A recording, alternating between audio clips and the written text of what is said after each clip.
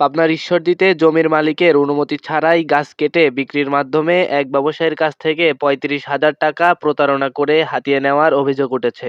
গত ২৮ মার্চ উপজেলার মোলাডুলি ইউনিয়নের চামারপাড়া গ্রামে এ ঘটনা ঘটে। ভুক্তভোগী নূর মোহাম্মদ, যিনি ওই এলাকার একজন ব্যবসায়ী, তিনি জানান তাকে ফোন করে জুয়েল নামের এক ব্যক্তি নিজেকে জমির মালিকের ছেলে পরিচয় দেয়। সে জানায় তার বাবা গুরুতর অসুস্থ এবং চিকিৎসার জন্য জরুরি টাকার প্রয়োজন। সে কারণে তিনি গাছ বিক্রি করতে চান। তাকে বিশ্বাস করে নূর মোহাম্মদ প্রথমে ১৫,০০০ এবং পরে ২০,০০০ টাকা, ২ ধাপে বিকাশের মাধ্যমে ৩৫,০০০ টাকা পাঠান।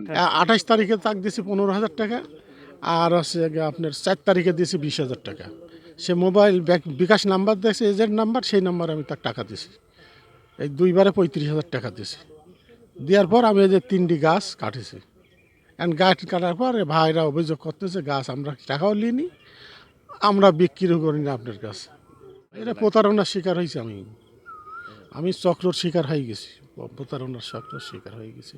মানে আমাকে জালিয়াত করে এই করা হয়েছে, জালিয়াত করা হয়েছে আমার সাথে প্রতারণা ২ নম্বর করে আমার কাছে বিলাপ মারা হয়েছে। আপনি কি এই বিষয়ে আইনে কোনো আস্থা নেই? আমি আইনের আসলে নেব, অবশ্যই নেব। বর্তমানে এখন কি থানায় কোনো অভিযোগ করবো ইনশাল্লাহ।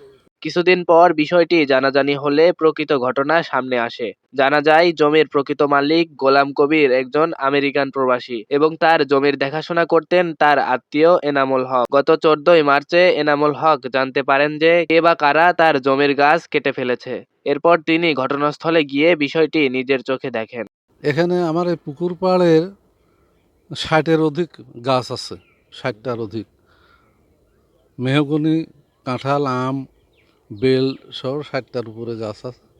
এই গাছের ভিতর থেকেই আমার এই পুকুরের পাড়ের নূর মোহাম্মদ নাম, সে আমি বিশ্বস্ত সূত্রে খবর পেয়ে বাড়ির থেকে মোটরসাইকেল নিয়ে এসে দেখি সে ইতিমধ্যে ৩টা গাছ কেটে মাটিতে ফেলে দিয়েছে এবং একটা অর্ধেকের বেশি কাটা হয়ে গেছে।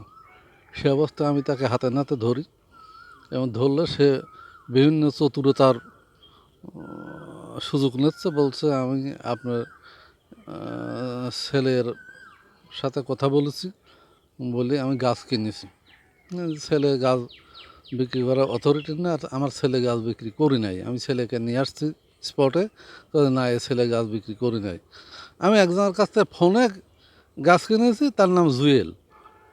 জুয়েল নামে তো আমার ছেলে নাই, আমার একমাত্র ছেলে কাউসার কবির, মৃদুল ডাক নাম। সে সবে ইউনিভার্সিটিতে মাস্টার্স ফাইনাল পরীক্ষা দিয়ে বাড়িতে আসছে। এই তার নাম ব্যবহার করে চালাই দিতেছিল, আমি সে তাকে হাতে নাতে ধরছি। ভুক্তভোগী নূর মোহাম্মদ দাবি করেন যে প্রতারক ব্যক্তি নিজেকে এনামুল হকের ছেলে বলে পরিচয় দিয়েছেন। তবে স্থানীয়রা নিশ্চিত করেছেন যে এনামুল হকের কোনো জুয়েল নামে ছেলে নেই। এখন পর্যন্ত জমির মালিক গোলাম কবির এবং ভুক্তভোগী নূর মোহাম্মদ থানায় কোনো লিখিত অভিযোগ দায়ের করেননি। তবে তারা অভিযোগ দায়ের করার প্রস্তুতি নিচ্ছেন বলে জানিয়েছেন। এখন আমি তার বিরুদ্ধে মামলা করার প্রস্তুতি নিচ্ছি। আমি আইনের আশ্রয়ে গিয়ে আমার ক্ষতিপূরণ সহ এর যথাযথ আইনগত ব্যবস্থা করার জন্য আবেদন করব প্রশাসনের কাছে।